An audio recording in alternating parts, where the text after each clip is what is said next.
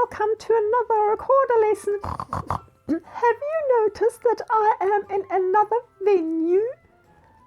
How do you like the view outside the window? I hope it doesn't distract you too much from the lesson. Oh, and what have we here? A frog? Are you thinking what I am thinking? Could it be my Kermit the Frog? Ooh, how exciting! Hello, Mr. Frog. Hello, I am Forte the Frog. Don't you greet visitors? Oh, but I did greet you. Hello, Forte the Frog. Can you please speak a bit louder? I cannot hear you if you whisper. Can't you see that I don't have lovely big ears like you? Hello, Forte the Frog. I am sorry, but I did not know that you are hard of hearing. But now I do indeed see that you don't have ears. Or maybe they are just very small. Could you please stop shouting so loud? My big ears are very sensitive to noise. Ah, that is better. Now I can hear you. Am I shouting? I am sure I was not shouting. All I can hear is a whisper. Ah, thank you, Forte. That is not quite as loud, but it is definitely not as quiet as a whisper yet. Hello, Miss Piggy. And is this a new recorder student? Hello. Meet Forte the Frog. I don't know yet if he is here to learn how to play the recorder, but I do know that he is very loud. So loud that it hurts my ears. Hello, Forte the Frog, and welcome to our recorder lesson. You will have to speak louder because he cannot hear very well. Hello, Forte the Frog, and welcome to our recorder lesson. Hello, thank you. And who are you? I am the recorder teacher. Oh dear, this is going to be very challenging for my ears if we are going to have to shout all the time. Well, I find your name very fitting, Forte the Frog. You do? And why do you find my name so fitting?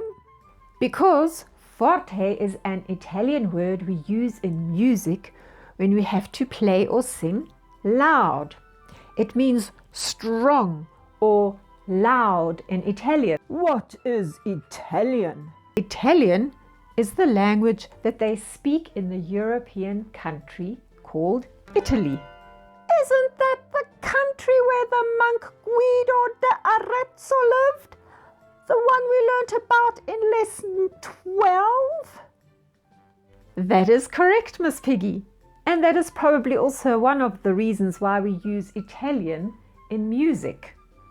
Music notation, as we know it, has its origins in Italy. So musicians also get to learn Italian. So, if Forte the Frog cannot hear us, he can say forte, forte, meaning loud. Or a more direct translation would be strong. Give me a stronger sound. Yes, indeed, I would most certainly appreciate that. And what is soft or quiet in Italian? I would prefer that word. You would say piano. Piano, Miss Piggy. What? Are you serious? That is my actual name. Everyone calls me Miss Piggy, but my real name is Piano the Pig. Well, I never. Here we have Forte the Frog, who likes everything to be loud, and Piano the Pig, who prefers everything to be soft or quiet. Hello everyone, please excuse me for being late, but I first wanted to finish off my composition before coming to the recorder lesson. Can you please play it for me so that I can hear what it sounds like? I wanted to try writing a piece of music based on the C major scale that we learnt about during the last few lessons. My oh my, this place is getting awfully crowded. If I stay here any longer, someone might step on me. Let me rather hop along. Goodbye, everyone. It was interesting meeting you. Who was that? That was Forte the Frog, and I am relieved to see him go. He was much too loud for me, and to think that I thought I had met my Kermit the Frog. That was definitely not him. Well, the pair of you helped to introduce the dynamics in music. Forte is the music term for loud, and piano is the music term for soft or quiet. Casper, did I hear correctly? You have composed your own piece of music? Yes, while I was singing through the song, "Upon Paul's steeple stands a tree," I had the idea to try out my own melody with a scale in it, or even only part of a scale. Here it is. Can you please play it for me? With pleasure, Casper. I am very curious to see what you have written.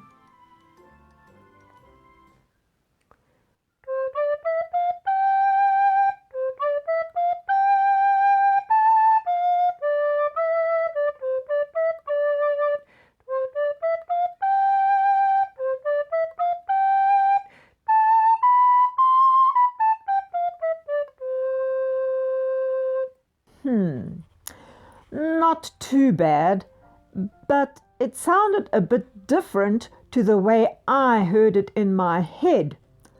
I imagined the first 5 notes to sound louder, and when they are repeated, they are supposed to sound softer, like an echo. Oh, well, how convenient, Casper. We have just been talking about the Italian terms that we use in music for loud and soft. Now we can apply them to your composition. Okay, but why Italian? Remember Guido de Arezzo, Casper? He was the one who invented a way to write down music, and he lived in Italy, where they speak Italian. Yes, Miss Piggy is right. The most important early composers from the Renaissance and Baroque period, which was about 400 to 600 years after Guido de Arezzo lived, were Italian. And famous composers such as George Friedrich Handel, who were German, spent some time in Italy to learn more about music. So it became fashionable to use Italian expressions in their compositions. You see, Casper, just like you, they also wanted to make sure that the musicians playing their compositions would play them the way they had imagined them. Here you can see an example of George Friedrich Handel's Largo. At the beginning, he has a P for piano, meaning soft. Next, we see a crescendo sign. It looks a bit like a hairpin or a stretched, smaller than sign. In the next row, instead of using the crescendo sign, the first 5 letters of the word crescendo have been written in. Crescendo means gradually becoming louder. So, under the first note of your composition, Casper, we have to write an F for forte or loud. Under the 6th note, where the first 5 notes are repeated, we have to write a P for piano, meaning soft. And then I presume we go back to forte from the 11th note, or maybe even MF for mezzo forte, which means half loud. Yes, then another F for forte and P for piano in the 2nd row. And under the downward scale at the end of the piece, I would like you to become gradually softer and end on P for piano. Now I can play it the way you want me to play it, Casper.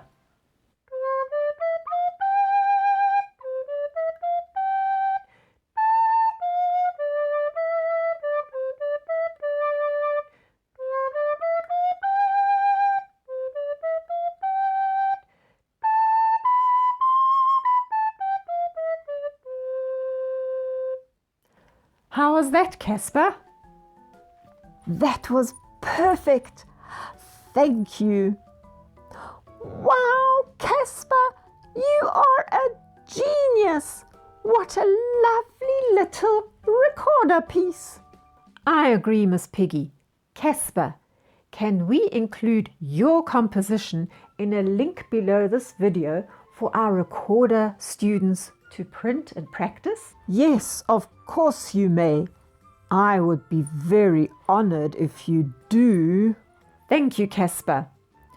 So, you may print and practice Casper's song for the next lesson, in which we will learn how to play loud and soft on the recorder, because you may have noticed that the pitch went down a little bit when I played the soft sections in Casper's song. But more about that next time. And maybe we can also learn more from Casper about how he went about writing his own little compositions, so that we too can write our own music. Until then, goodbye.